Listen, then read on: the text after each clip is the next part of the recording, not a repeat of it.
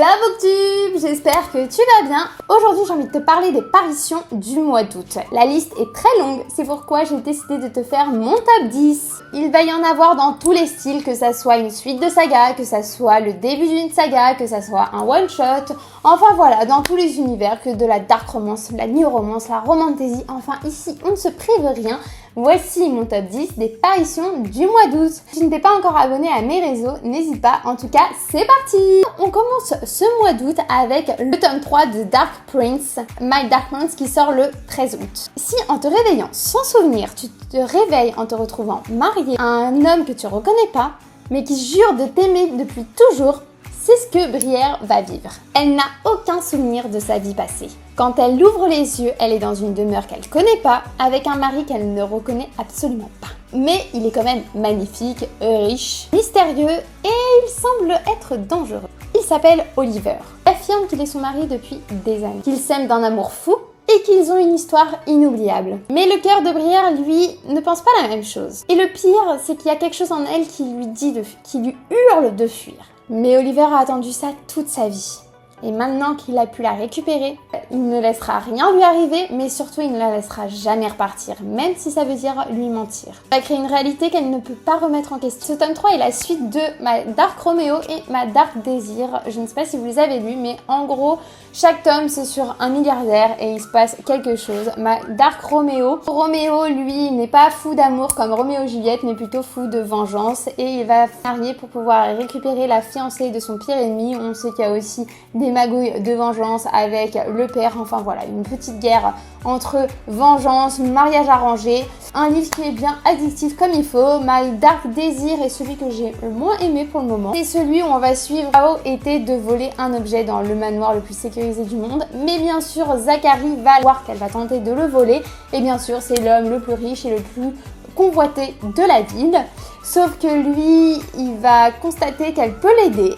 Et donc il va utiliser cette pression de l'avoir vu voler un objet pour la forcer à venir travailler pour lui. Donc il va y avoir un accord, employé-employeur. Enfin voilà, Zachary a des secrets, Faro aussi. Ils vont s'aider, ils vont exploser et vont se réconcilier. Enfin voilà, c'est un livre très explosif. C'est pour ça que le tome 3, je pense qu'il sera aussi très explosif avec ce thème un petit peu de la Belle au bois dormant. Changeons un peu de ces milliardaires, passons à nos cow-boys. Les cow-boys que j'aime tant de Elsie Sliver. Nous allons avoir le tome 3 du ranch de Ruby Creek avec un défi de taille qui sort le 14 août. Là, nous allons avoir l'histoire de Stephen et Mira. Stephen est une légende, mais c'est surtout la personne détestée du groupe de Mira. Mira, elle est vétérinaire et elle va pas avoir le choix que de venir travailler pour lui. Mira, elle, va lui résister, mais elle sent quand même une attirance face à lui, car céder serait une erreur pour son cœur, mais aussi face à ses amis. Mais tout bascule le jour où la vie d'un poulain est en jeu, et le seul à pouvoir le sauver, c'est Stéphane.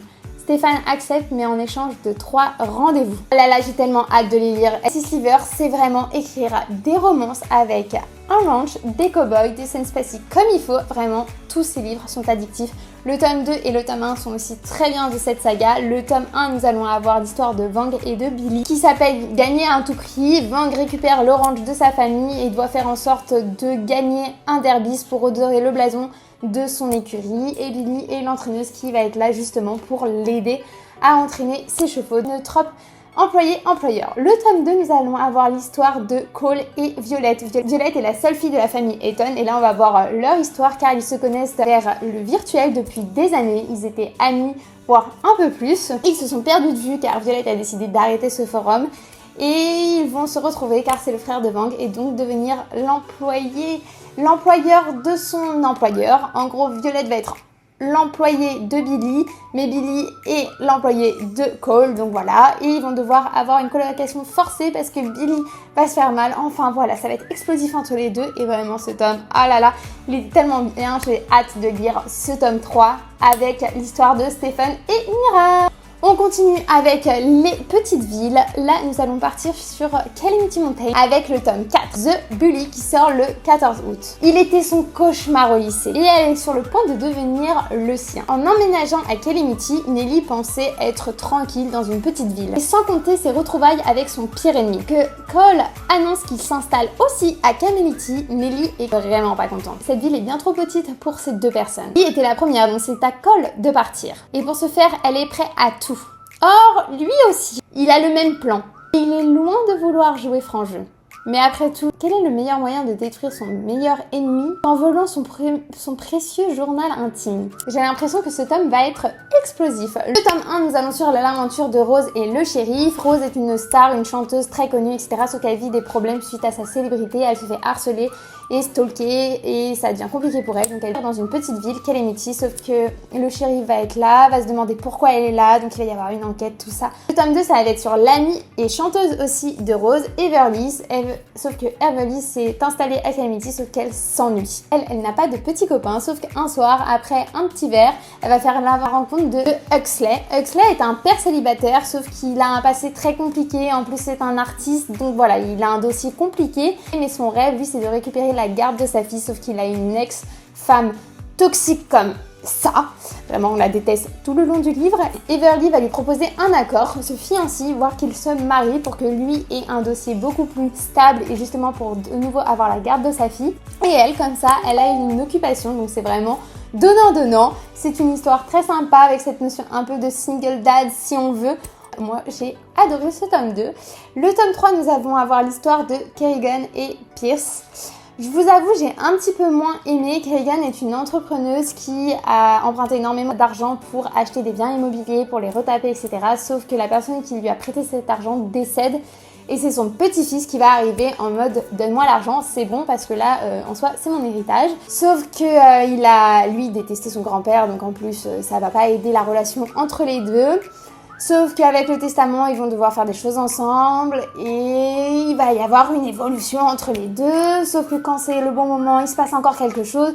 Voilà, je vous avoue, j'ai moins aimé parce que j'ai moins aimé le personnage de Kerrigan, mais ça va pas m'empêcher de lire le tome 4. Ah là, on part sur un autre style d'histoire avec le tome Écris notre histoire qui sort le 20 août. Si tu en as entendu parler, mais ce livre vient de Tilly Cole, c'est celle qui a écrit 1000 baisers pour un garçon. Donc là, nous changeons de style. Depuis toujours, June rêve de devenir romancière, d'écrire une grande histoire d'amour qui fait battre les cœurs. Mais à 17 ans, June ne sait pas ce que c'est d'être amoureuse ou d'être aimée. Et lorsque sa santé se dégrade, elle comprend qu'elle ne pourrait plus avoir le temps de le découvrir.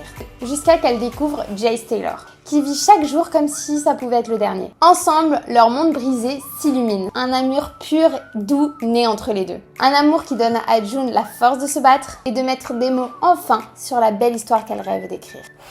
Je pense que là on change de thématique et je pense qu'il va falloir prendre une boîte de mouchoirs pour ce livre, mais c'est pas grave parce que 1000 baisers pour un garçon était super et j'ai hâte de pouvoir lire ce livre. Là, on va partir sur une saga avec le tome 5 de Into the Dark et qui sort le 20 août. Magnolia et Biji tentent tant bien que mal de se relever d'une perte dévastatrice, tout en organisant ce que tout le monde appelle le mariage du siècle. Alors que les tensions familiales s'intensifient et que leur passé respectif refait surface, ils n'ont plus d'autre choix que d'affronter la terrible vérité. Pourront-ils réapprendre à se faire confiance et à avancer ensemble ou leur amour tumultueux va leur coûter la vie? Ensuite, partons sur une autre suite de saga avec le tome 3 de The Unwanted Marriage qui sort le 20 août. Faye est la dernière femme que Dion Windsor souhaite côtoyer, encore moins épouser. Pourtant, il ne peut échapper à la séduisante pianiste, avec laquelle il est fiancé depuis qu'ils sont enfants. Pendant des années, il a fait connaître son refus. Ses tentatives de garder Faye à l'écart tombent à l'eau lorsqu'il la voit apparaître avec un homme. Quelques mois à peine avant leur mariage, je sens que cet homme va avoir plein de tensions. Je ne sais pas si tu connais un peu l'univers, mais nous avions les deux premiers tomes. Tome 1 qui est The Wrong Bride. Alors ce tome 1... j'ai voulu le jeter par la fenêtre tellement il m'a tendu parce que en gros nous allons suivre l'aventure de Raven qui va devoir épouser le copain de sa sœur que elle-même a toujours aimé. Et cette histoire est... elle te tend, hein, mais elle te tend à un niveau très extrême, surtout que cette sœur est la mère. J'ai jamais eu autant de claquer des personnes de toute ma vie. Donc voilà, ce livre, il est bien, mais préparez-vous une séance de yoga ou en tout cas quelque chose pour vous détendre parce que il énerve, hein. Et le tome 2, nous allons suivre l'aventure de Valentina et Lucas. Là, c'est beaucoup plus une histoire d'employé-employeur, car Valentina travaille pour lui depuis plus de 8 ans. Ensuite, nous avons Chemistry Lesson, tome 1, Love Code, qui sort le 21 août. Et contraire satire, lorsqu'une geek super intelligente rencontre un milliardaire, mais aussi un mauvais garçon. Mélodie est passionnée de l'informatique. Diplômée du MIT, elle est brillante. Et elle va passer un entretien pour l'emploi de ses rêves dans l'entreprise de ses rêves. Mais la dernière chose à ce qu'elle s'attendait de découvrir, c'est que son coup d'asseoir à l'université travaille là, et qu'il est le fils du PDG. Jérémy a une petite amie et en plus il a une très mauvaise réputation. Mélodie décide donc de garder ses distances. Malgré ses bonnes intentions, elle ne semble pas pouvoir l'écarter de sa vie. Que les deux commencent à créer une amitié improbable, Mélodie pour Jérémy devient profonde et inévitable. Celle qui joue toujours la carte de la sécurité va-t-elle prendre un risque pour ce bad boy ? Ensuite, nous avons l'invité surprise qui sort le 22 août. Après y avoir imaginé des années, Phoebe arrive enfin à rentrer dans un luxueux hôtel.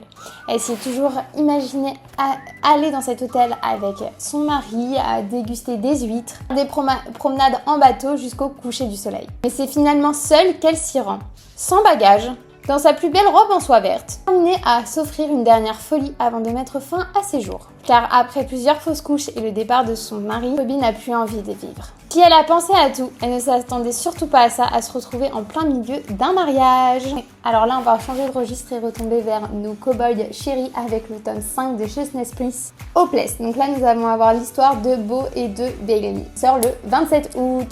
Ses fiançailles étaient censées être qu'une illusion. Et pourtant, la voilà éperdument amoureuse de son faux fiancé. Beau est un militaire qui revient chez lui suite à des blessures et il n'a plus vraiment le moral, on va dire ça comme ça.